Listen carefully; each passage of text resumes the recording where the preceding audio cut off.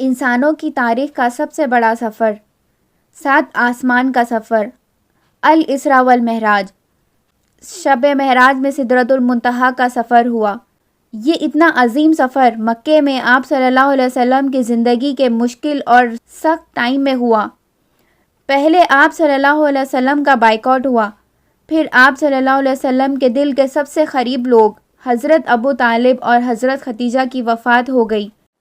پھر طائف میں آپ صلی اللہ علیہ وسلم پر اتنے پتھر مارے کہ جوتے خون سے بھر گئے۔ اوپر سے مکے میں آپ صلی اللہ علیہ وسلم کی سٹیزن شپ ختم کر دی گئی، اور جب آپ صلی اللہ علیہ وسلم مکے میں کسی اور کی پناہ میں رہ رہے تھے، اللہ نے اسی سب سے مشکل وقت میں انسانوں کی تاریخ کا سب سے بڑا سفر کروایا، 7 آسمان کا سفر، A journey like none before۔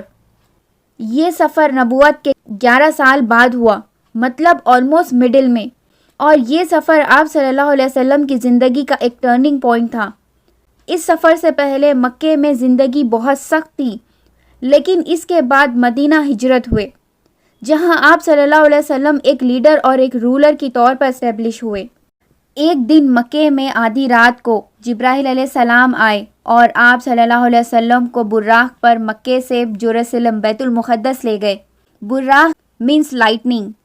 بیت المقدس میں آپ صلی اللہ علیہ وسلم نے تمام انبیاء کی امامت کی، اور وہاں سے جبرائیل علیہ السلام کے ساتھ آپ صلی اللہ علیہ وسلم پہلے آسمان کی طرف روانہ ہوئے۔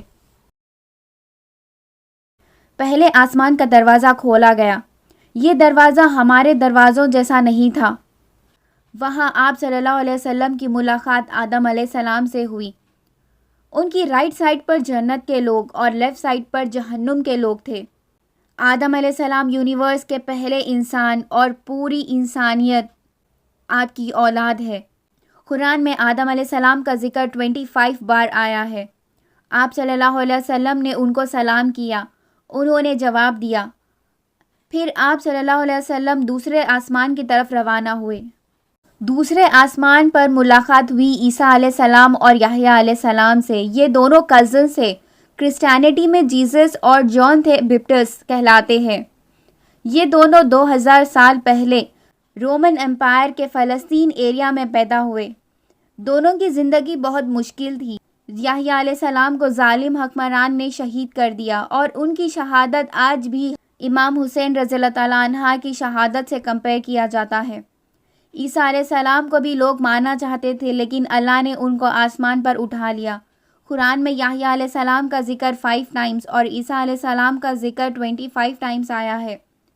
سلام کے بعد آپ صلی اللہ علیہ وسلم تیسرے آسمان کی طرف روانہ ہوئے۔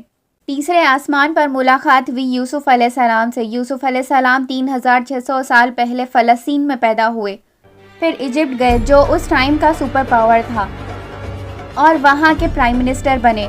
یوسف علیہ السلام کا ذکر قرآن میں 27 ٹائمز آیا ہے، اور وہ واحد نبی ہے جن کی کہانی قرآن میں بائبل سے بھی زیادہ ڈیٹیل میں لکھی گئی ہے۔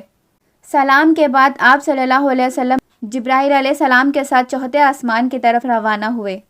چوتھے آسمان پر ملاقات ہوئی ادریس علیہ السلام سے۔ آدم علیہ السلام اور شیس علیہ السلام کے بعد ادریس علیہ السلام انسانیت کے تیسرے نبی تھے۔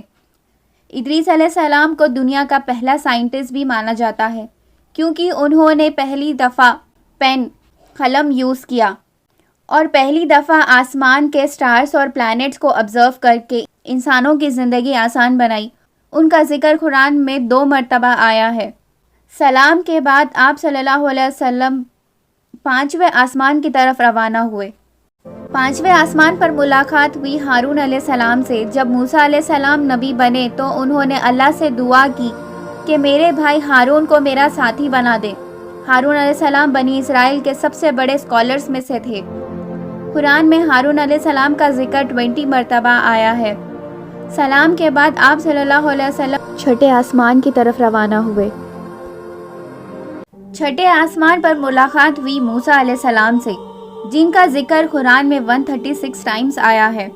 موسیٰ علیہ السلام کی کہانی دنیا کی سب سے انسپائرنگ سٹوری میں سے ایک ہے، جس پر آج تک بکس انسپائر ہوتی رہی ہے۔ ان کی سٹوری بنی اسرائیل اور فرعون سے ریلیٹڈ ہے، جہاں 400 سال تک بنی اسرائیل مصر کے غلام رہے۔ موسیٰ علیہ السلام کے ذریعے اللہ نے ان کو آزادی دی۔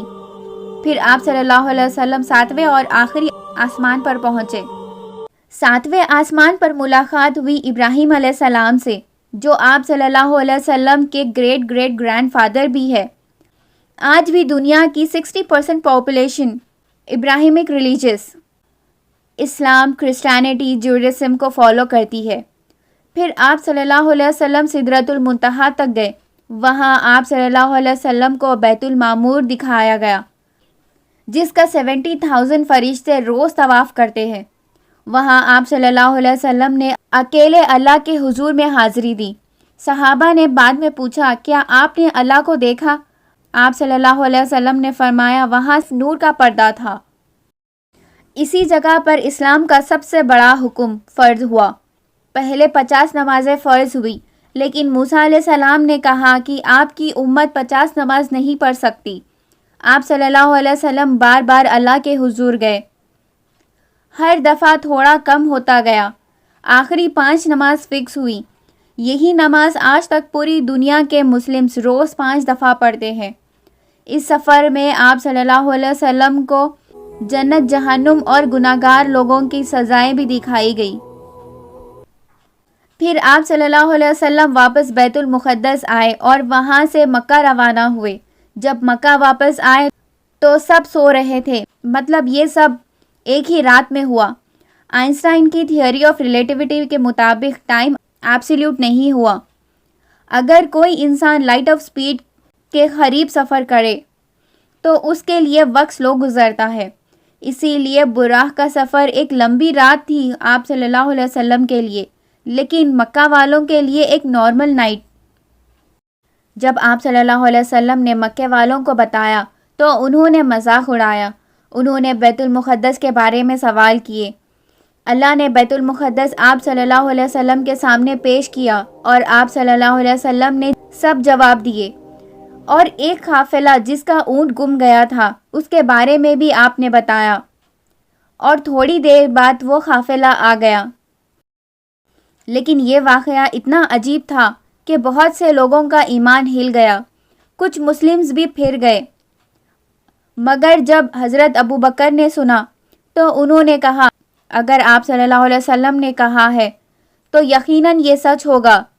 اسی دن ان کا لقب پڑا الصدیق۔ یہ سفر صرف ایک سفر نہیں تھا بلکہ اسلام کے نئے دور کا آغاز تھا۔ اس نے اسلام کی سختیاں ختم کر کے اس کے عروج کے دن شروع کیے، اور اگلے ہی سال مدینہ سے 72 لوگ آئے جو آپ صلی اللہ علیہ وسلم کو اپنا لیڈر بنا کر ہجرت مدینہ کی دعوت دینے لگے۔